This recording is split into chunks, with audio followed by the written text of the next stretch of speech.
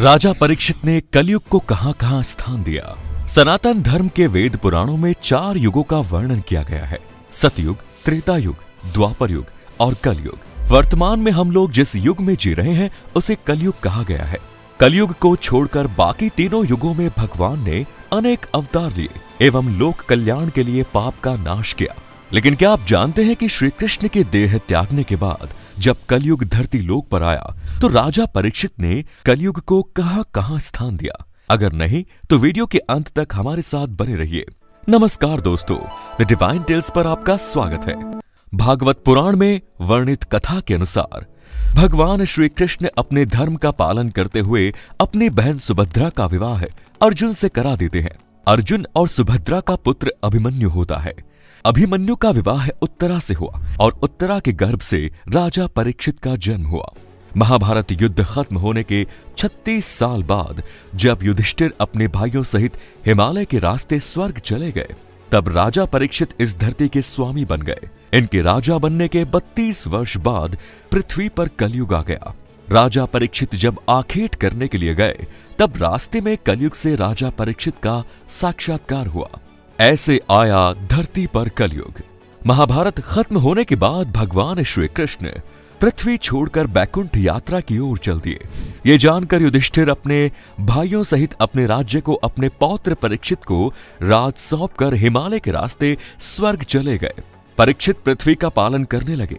एक बार राजा परीक्षित शिकार हेतु वन में गए। वन में जाते हुए रास्ते में उन्होंने देखा कि एक व्यक्ति डंडे से बैल को पीट रहा है और वही व्यक्ति गाय को अपने लात से मार रहा है। उस बैल के 3 पैर नहीं थे और वो अपने एक पैर पर खड़ा था। गाय बिल्कुल कामधेनु जैसी दिख रही थी। इस दृश्य को देखने के बाद राजा उसके पास गए। अपने हाथ में तलवार लेकर उसकी गर्दन पर रखते हुए क्रोधित होकर उस व्यक्ति से पूछा, अधर्मी, तू कौन है जो निरीह गाय और बैल पर अत्याचार कर रहा है? तुम्हारा कृत्य ऐसा है कि तुम्हें मृत्यु दंड मिलना चाहिए। राजा परीक्षित का क्रोध देखकर कलयुग भय से कांपने लगा।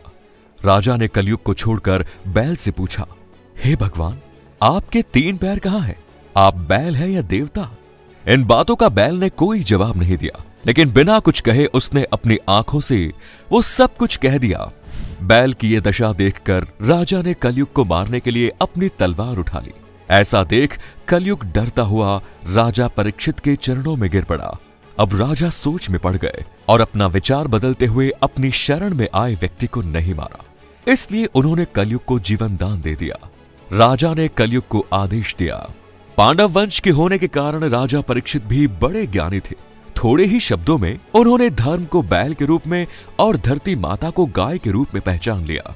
कलयुग को जीवन देने के बाद राजा परीक्षित ने कहा, कलयुग, तुम पाप, झूठ, चोरी, छल और दरिद्रता के कारण हो। जब तुम मेरी शरण में आए तो मैंने तुम्हें जीवन दिया। अब तुम मेरे राज्य की सीमा से बहुत दूर चले जाओ और फिर कभी वापस मेरे राज्य की सीमा में मत आना। इस पर कलयुग गिड़गिड़ाने लगा और बोले, महाराज, आपका राज्य तो संपूर्ण पृथ्वी पर है। आप बताइए मैं कहां जाऊं? अब मैं आपकी शरण में आया हूं, इसीलिए आप मुझे भी रहने के लिए कुछ स्थान दे दीजिए। राजा परीक्षित ने कलयुग के अनुरोध को स्वीकार करते हुए उन्हें रहने के लिए 4 स्थान दिए, अर्थात जुआ, शराब, व्यभिचार अर्थात परस्त्री गमन और हिंसा। इस पर कलयुग ने राजा परीक्षित से निवेदन किया, हे राजन, ये 4 स्थान मेरे रहने के लिए पर्याप्त नहीं है। कृपया आप मुझे एक स्थान और रहने के लिए दे दें। इस पर राजा ने उसे सोने अर्थात स्वर्ण में रहने की इजाजत दे दी। इसके बाद राजा शिकार के लिए आगे निकल गए। कलयुग को स्थान देते समय राजा ये भूल गए कि उन्होंने अपने सिर पर सोने का मुकुट धारण किया हुआ है, उसमें भी स्वर्ण जड़ित है। राजा के मुकुट में बैठ गए कलयुग। राजा से 5वां स्थान मिलते ही कलयुग वहां से चला गया, परंतु कुछ देर बाद ही सूक्ष्म रूप में वो वापस आ गया और राजा के मुकुट में लगे स्वर्ण में बैठ गया। राजा को इसकी जानकारी नहीं थी। शिकार के लिए जाते हुए रास्ते में जब राजा को प्यास लगी तो वे पास ही की कुटिया में चले गए। वहां पर शमीक ऋषि नेत्र बंद किए हुए थे तथा शांत भाव से एकासन पर बैठे हुए ब्रह्म ध्यान में लीन थे। राजा परीक्षित ने उनसे जल मांगा, किंतु ध्यान मग्न होने के कारण शमीक ऋषि ने कुछ भी उत्तर नहीं दिया। अब राजा के मुकुट में बैठे कलयुग ने अपना प्रभाव दिखाना शुरू किया। इस प्रभाव के कारण राजा के मन में ऋषि को मृत्यु दंड देने का विचार आया। लेकिन अच्छे संस्कारों की वजह से उन्होंने खुद को ऐसा करने से रोक लिया। लेकिन कलयुग के दुष्ट प्रभाव के कारण उनकी बुद्धि भ्रष्ट हो गई थी और उन्होंने उनके साथ एक ऐसा मजाक कर दिया। उन्होंने ऋषि शमीक के गले में एक मरा हुआ सांप डाल दिया। धरती पर किसी भी इंसान पर कलयुग का ये पहला प्रभाव था और उसने पांडव कुल के एक संस्कारी राजा को अपना शिकार बनाया। जब शमीक ऋषि के पुत्र श्रृंगी स्नान करके लौटे तो उसने देखा कि उनके पिता वहां नेत्र बंद किए हुए तथा शांत भाव से एक आसन पर बैठे हुए ब्रह्म ध्यान में लीन है और उनके गले में एक मरा हुआ सांप पड़ा है। शमीक ऋषि तो ध्यान में लीन थे। उन्हें ज्ञात ही नहीं हो पाया कि उनके साथ राजा ने क्या किया। किंतु उनके पुत्र रिंगी ऋषि को जब इस बात का पता चला तो उन्हें राजा परीक्षित पर बहुत क्रोध आया। इस पर उन्होंने श्राप दिया कि अगले 7 दिनों में तक्षक सर्प के काटने से राजा की मृत्यु हो जाएगी। जब शमीक ऋषि की साधना पूर्ण हुई और उन्हें इस बात का पता चला तो उन्होंने इसकी सूचना राजा को भिजवाई ताकि वो बेहद सावधान रहे।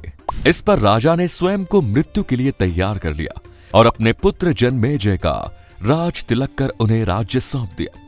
राजा परीक्षित ने अपने गुरु शुकदेव से श्रीमद् भागवत कथा सुनी और 7वें दिन उनके तक्षक नाग के काटने से मृत्यु हो गई। जब जन्मेजय को अपने पिता की मृत्यु का कारण पता चला तो उन्होंने सभी सांपों को मारने के लिए सर्पस्त्र यज्ञ किया। इस पर सभी सांप हवन कुंड में आकर गिरने लगे। भयभीत तक्षक ने स्वयं को इंद्र के सिंहासन में लपेट लिया और फिर आस्तिक ऋषि के समझाने पर जन्मेजय ने अपना यज्ञ रोक लिया। फिर पृथ्वी पर ऐसा कोई समर्थ राजा नहीं बचा जो कलयुग को रोक पाया हो। क्या है कलयुग का सत्य? कलयुग में मनुष्य पाप भावों से घिरा रहेगा। वो किसी का सम्मान नहीं करेगा और लालच, शक्ति और धन पर हावी रहेगा। सेक्स जीवन की सबसे बड़ी जरूरत होगी। कोई भी इंसान किसी की निस्वार्थ सेवा नहीं करेगा। गुरुओं के सम्मान करने की परंपरा भी समाप्त हो जाएगी। ब्राह्मण बुद्धिमान नहीं होंगे, क्षत्रिय अपना साहस खो देंगे और वैश्य अपने व्यवसाय में ईमानदार नहीं हो पाएंगे।